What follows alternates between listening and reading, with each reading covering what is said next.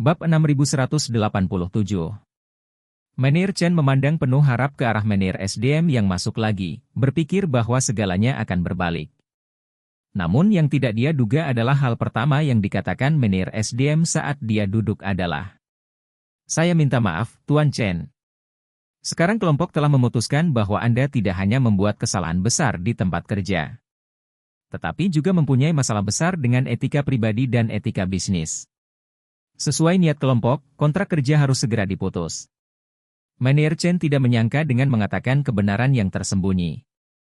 Dia tidak hanya gagal memecahkan masalah kelalaian besar, namun juga ditambah lagi masalah etika profesi. Dia hanya bisa gigit jari dan berkata kepada Menir SDM, "Menir, apa yang dikatakan Direktur Song? Dia dan Tuan Orvel sudah akrab satu sama lain. Dalam hal ini, saya juga menganggap bahwa kita semua adalah kenalan. Tidak perlu mengatakan apapun, Tuan Chen." Menir SDM berkata dengan dingin, "Masalah ini telah diselesaikan. Tidak ada ruang untuk negosiasi. Saya telah membawa pemberitahuan pemutusan hubungan kerja. Anda tidak perlu menandatanganinya. Departemen hukum kami ada di sini untuk memberikan kesaksian. Selama dengan menyerahkan benda ini kepadamu, kami telah memenuhi tugas pemberitahuan kami. Dan kami meminta Anda untuk menyerahkan pekerjaan itu secepat mungkin." Menir Chen putus asa dan memohon dengan wajah sedih. "Menir, tolong lihat bahwa saya telah bekerja sangat keras untuk toko barang antik selama bertahun-tahun. Demi itu, meski kamu tidak memberiku kesempatan untuk mengubah caraku, setidaknya kamu harus memberiku kompensasi N1, kan? Anda tidak bisa membiarkan saya bekerja untuk masyarakat akar rumput selama bertahun-tahun. Lalu biarkan aku diusir tanpa uang, kan?" Menir SDM berkata dengan tenang, "Maaf, tidak ada kompensasi atas pemecatan karena kelalaian besar. Saya baru saja memberitahu Anda tentang masalah ini.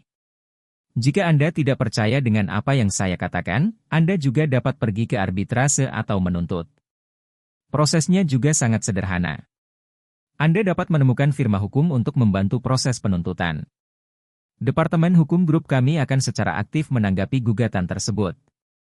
Menir Chen tahu betul bahwa jika dia melawan 10,000 tuntutan hukum dalam situasi ini, dia pasti tidak akan memenangkan satu gugatan pun. Tidak hanya waktunya yang terbuang percuma, ia juga harus membayar biaya hukum yang tinggi, yang tidak sebanding dengan kerugiannya. Melihat sikap tegas Menir Hair itu, dia merasa sangat tidak senang. Jadi dia hanya bisa mengertakkan gigi dan berkata, "Karena grup dan sutradara Song tidak mengakui hubungan antara Tuan Orvel dan bantuan yang saya berikan untuk grup tersebut. Kalau begitu tidak apa-apa.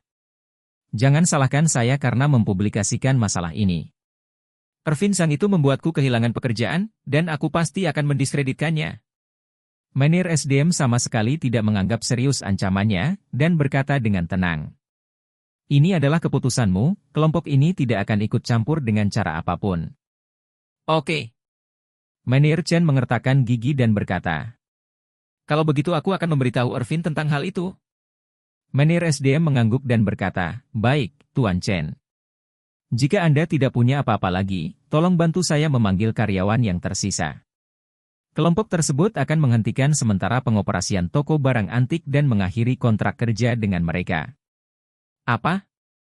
Mata Menir Chen membelalak. "Semua orang harus dipecat. Bukankah ini terlalu kasar?" Menir SDM tersenyum dan berkata, "Ini tidak ada hubungannya dengan kekejaman. Itu hanya keputusan kelompok. Hal ini terjadi pada penyesuaian bisnis banyak perusahaan. Ini tidak ada hubungannya dengan pengobatan kanker stadium awal. Logikanya sama. Ketika sel kanker ditemukan membentuk lesi, mereka harus diangkat sesegera mungkin untuk mencegahnya bermetastasis ke organ lain. Selama mereka dapat disingkirkan tepat waktu, pemulihan dapat dicapai." Menir Chen tidak menyangka pihak lain akan menggambarkan dirinya sebagai sel kanker. Dan dia sangat marah, memikirkan karena dia telah kehilangan pekerjaannya. Dia mungkin juga makan untuk meredakan amarahnya. Tetapi ketika dia memikirkannya lagi, dia menyadari bahwa pihak lain adalah Menir Hair dari Song Group. Dan dia didampingi urusan hukum rombongan. Jika dia menyentuhnya, pihak lain pasti akan mengirimnya masuk. Memikirkan hal ini, dia hanya bisa mengertakkan gigi dan menahannya. Berpikir dalam hati, dia akan segera sampai. Posting di momen untuk mengungkap kejahatan itu, Ervin. Yang tidak dia ketahui adalah pada saat itu, Ervin datang ke pintu toko Peter. Saat ini, toko sedang ramai dengan orang. Dan ada banyak sekali orang yang datang untuk memberi penghormatan ke dermaga dan meminta penilaian. Ervin ragu-ragu di depan pintu sejenak tetapi akhirnya mengambil keputusan dan masuk. Karena banyak orang mengenal Ervin dan mengetahui bahwa dia tidak lagi seperti dulu. Saat dia memasuki toko, banyak orang di sekitarnya tanpa sadar memanggilnya saudara Ervin. Dan masing-masing lebih hormat dari yang lain. Ervin merasa sedikit malu. Saat ini, dia menyadari bahwa dia sangat menyesal atas status yang diberikan kepadanya oleh Master Wade dan Orville karena melakukan perbuatan kotor tersebut. Ketika dia melihat Peter, dia merasa sangat malu dan melangkah maju. Ketika Peter melihatnya datang, dia mengira dia telah mengirim seseorang untuk meminta sesuatu tetapi tidak berhasil. Jadi dia datang sendiri. Jadi dia bertanya dengan hati-hati, "Ervin, apa yang kamu lakukan di sini?" Ervin tiba-tiba berlutut dengan satu ekspresi di wajahnya. Dia berkata dengan malu, "Meneer Yo, Bos Yo, saya minta maaf." Peter mau tidak mau mengerutkan kening, berpikir bahwa Ervin sedang merencanakan beberapa trik baru. Jadi dia bertanya dengan berpura-pura bingung, "Kami berdua hanya kenalan dan tidak pernah memiliki minat yang sama. Saya benar-benar tidak bisa memikirkan kesalahan apapun yang dapat Anda lakukan terhadap saya." Orang-orang di sekitarnya juga tercengang. Meski status sosial Ervin saat ini tidak terlalu tinggi. Namun dibandingkan dengan kebanyakan kenalan lama yang nongkrong di jalan antik, dia masih jauh lebih baik. Mengapa dia tiba-tiba berlutut dan meminta maaf kepada Peter? Beberapa orang yang lebih penasaran dan suka bergosip mulai mengeluarkan ponselnya dan diam-diam merekam video. Saat ini, Ervin menarik napas dalam-dalam dan berkata dengan malu, "Bos Yo, Buddha perunggu yang Anda terima sebelumnya dibuat untuk Anda secara diam-diam bersama dengan Wakil Presiden Wilson dari Asosiasi Kaligrafi dan Lukisan dan Meneer Chen dari toko barang antik. Kami membeli barang itu dari Tuan Cheng, yang sangat terkenal di industri ini, seharga 98,000. Tuan Cheng tidak tahu kalau itu berasal dari dinasti Song Utara. Dan kami buta dan tidak menyadarinya. Kami ingin menipu Anda dan membuat Anda tidak dapat bertahan di jalan antik dengan serangan ini. Saya tidak menyangka bahwa ini akan menjadi situasi yang merugikan diri sendiri. Tolong jangan ingat kesalahan penjahat dan jangan perlakukan aku seperti orang busuk." Saat dia berbicara, dia mengeluarkan selembar kertas penuh kata-kata dari sakunya. Menyerahkannya kepada Peter, dan berkata dengan hormat, "Ini adalah surat permintaan maaf yang saya tulis. Mohon diterima. Pada saat yang sama, saya akan mengirimkan surat ini ke lingkaran teman-teman saya. Saya meminta maaf kepada Anda secara terbuka." Orang-orang yang menonton tercengang. Tidak ada yang mengira bahwa di balik Peter mengungkap kebocoran besar, ada rahasia luar biasa di balik layar. Peter juga bingung dengan upaya Ervin untuk mengaku bersalah. Bab 6188. Awalnya dia curiga Ervin sedang bermain-main. Namun ketika dipikir-pikir, dia malah langsung memberitahu ayah mertua Charlie di depan umum. Itu agak menggugah pikiran. Peter tidak meragukan kemampuan Charlie. Orville telah lama menjadi orang kepercayaan Charlie yang setia. Sekarang Ervin adalah Master Orville. Masuk akal jika Ervin hanya akan berusaha sebaik mungkin untuk menyenangkan Charlie. Dan tidak akan pernah melakukan apapun untuk mengekspos Yakub di depan umum dan mencoreng reputasinya. Dan pasti hanya ada satu alasan mengapa dia berani melakukan ini sekarang. Ini pasti perintah Charlie. Memikirkan hal ini, Peter langsung mengerti bahwa sepertinya Charlie sudah mengetahui keseluruhan cerita. Dan bertekad untuk memberi pelajaran pada Ervin, Meneer Chen, dan ayah mertuanya Jacob. Jadi, dia tersenyum dan berkata kepada Ervin, "Kalau hanya karena masalah ini, tidak perlu datang dan meminta maaf padaku. Sejujurnya, saya ingin mengucapkan terima kasih. Lagi pula, berbisnis di jalan antik tidak mudah dilakukan sekarang. Memiliki awal yang baik memang merupakan peristiwa yang jarang ditemukan." Wajah Ervin terasa panas, namun melihat Peter tidak mau melanjutkan masalah tersebut, dia merasa lega dan berkata dengan nada saleh, "Bos Yo, jangan khawatir, saya tidak akan pernah mengganggu bisnis Anda lagi. Apalagi menipumu. Jika kamu membutuhkanku di masa depan, aku tidak akan pernah menolak sama sekali. Saat dia mengatakan itu, dia buru-buru berkata, selain itu, yakinlah, Bos Yo, saya menipu Anda sebesar 300.000, saya pasti akan membayar Anda kembali setiap sennya. Tolong jangan meminta kami bertanggung jawab atas tanggung jawab lain jika Anda memiliki banyak tanggung jawab. Peter mengulurkan tangannya untuk membantunya berdiri dan berkata, bagaimanapun, kita semua adalah teman. Anda dipersilakan untuk sering datang dan duduk di toko jika tidak ada urusan di kemudian hari. Irvin tidak punya keberanian untuk muncul. Jadi dia hanya bisa gigit jari dan berkata, saya yakin, Bos Yo, Anda masih memiliki banyak tamu di sini, jadi saya tidak akan mengganggu Anda. Setelah mengatakan itu, dia segera mengucapkan selamat tinggal dan pergi. Dia pergi, dan terjadi ledakan di toko. Tidak ada yang menyangka Irvin yang begitu cerdik akan melakukan hal bodoh seperti itu. Beberapa orang baik telah memposting video tersebut ke lingkaran pertemanan mereka. Setelah keluar dari toko, ia langsung memposting foto dan teks surat permintaan maafnya kepada teman-temannya. Dan bahkan menyematkan lingkaran pertemanan ini ke puncak lingkaran pertemanannya. Surat permintaan maaf tersebut menjelaskan keseluruhan kejadian dengan sangat rinci. Menir Chen pertama kali meminta bantuannya, memberitahunya tentang berita kembalinya Liang Yun. Dan bagaimana dia berinisiatif menghubungi Jacob untuk membantunya membalas dendam. Dan kemudian dengan merasa benar sendiri merancang seluruh penipuan. Dia tahu bahwa ini adalah kesempatan yang diberikan Charlie untuk menyelamatkan dirinya sendiri. Jadi dia tidak berani menyembunyikan apapun.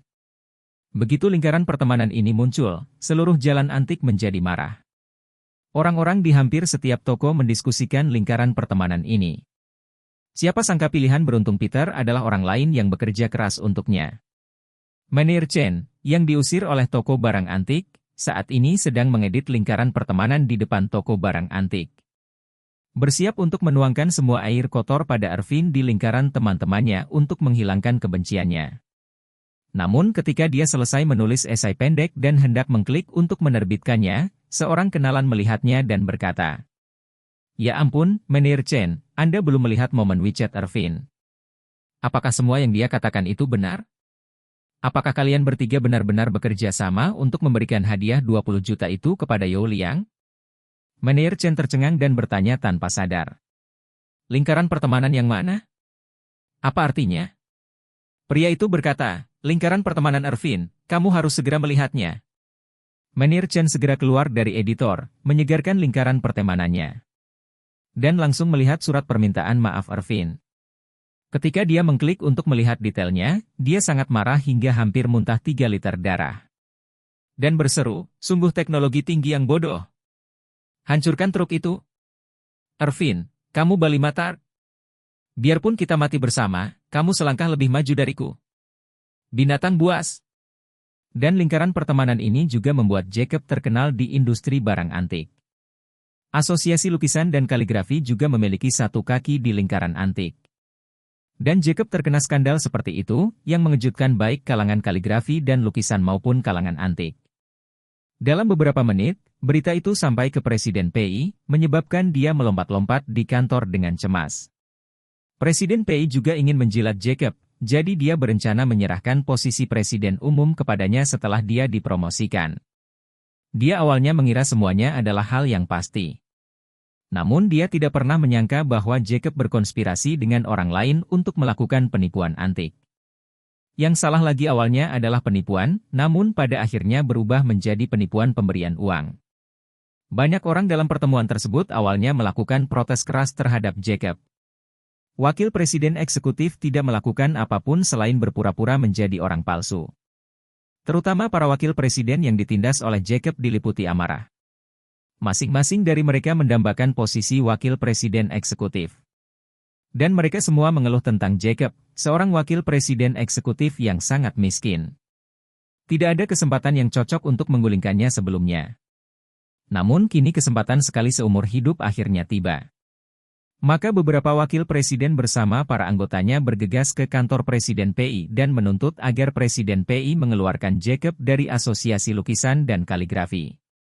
Seseorang berkata, Presiden PI, Jacob melakukan kejahatan. Jika masalah ini dilanjutkan, dia akan masuk penjara. Wakil Presiden Eksekutif Asosiasi Kaligrafi dan Lukisan akan dipenjara karena penipuan. Di manakah wajah Asosiasi Kaligrafi dan Lukisan kita? Orang lain menggema, benar, Presiden PI. Kambing hitam ini tidak bisa lagi tinggal di Asosiasi Kaligrafi dan Lukisan kita. Dia harus segera diusir. Orang lain berkata, saya sudah mengatakan bahwa orang ini tidak mengerti apa-apa. Kualifikasi apa yang dia miliki untuk menjadi wakil presiden eksekutif? Sekarang sepertinya dia tidak hanya tidak mengerti apa-apa, tapi dia juga memiliki masalah moral yang serius. Kita harus menyingkirkannya secepat mungkin. Dan kemudian buatlah pernyataan kepada dunia luar bahwa semua ini adalah perilaku pribadinya dan tidak ada hubungannya dengan pergaulan kita. Ya. Pernyataan harus dibuat. Kalau hal ini tidak kita laksanakan secepatnya, pihak luar pasti akan mengatakan bahwa Asosiasi Seni Lukis dan Kaligrafi kita tidak membedakan mana yang benar dan mana yang salah. Dan melindungi para penipu. Saat itu seluruh asosiasi akan terlibat olehnya. Presiden PI tidak berani menyetujui atau menolak. Dia hanya bisa berkata kepada orang-orang yang datang ke pintu. Semuanya, harap bersabar. Hal ini hanyalah kata-kata Arvin. Kami tidak memiliki cukup bukti. Kami tidak bisa berhubungan langsung dengan Wakil Ketua Wilson. Jadi mohon tunggu sebentar dan tunggu saya memverifikasi masalah ini sebelum mengambil keputusan. Semua orang masih ingin menyampaikan protesnya. Presiden PI mengambil kunci mobil dan berkata, lakukan saja apa yang saya katakan tentang masalah ini. Jangan khawatir, biarkan pelurunya terbang sebentar. Sedangkan saya membuat janji dengan beberapa pemimpin hari ini untuk membicarakan pekerjaan tindak lanjutnya. Jadi saya akan mengambil langkah pertama. Tapi jangan khawatir, begitu kebenaran tentang masalah ini terungkap. Saya pasti akan memberikan penjelasan yang memuaskan. Setelah mengatakan itu, dia buru-buru meninggalkan asosiasi dan masuk ke mobilnya. Hal pertama yang dia lakukan adalah menelepon Jacob, tetapi pesan di teleponnya adalah pihak lain tidak dapat dihubungi untuk saat ini. Presiden PI merasa cemas dan marah, dan segera mengirimkan pesan suara kepada Jacob di WeChat. Yakub, kamu bingung. Melihat itu sekarang adalah momen kritis bagi saya untuk dipromosikan. Dan ingin kamu mengikutinya, bagaimana kamu bisa melakukan hal seperti itu? Sekarang semua orang memintaku untuk mengeluarkanmu dari Asosiasi Lukisan dan Kaligrafi. Apa yang kamu ingin aku lakukan? Hubungi saya segera setelah Anda menerima pesannya.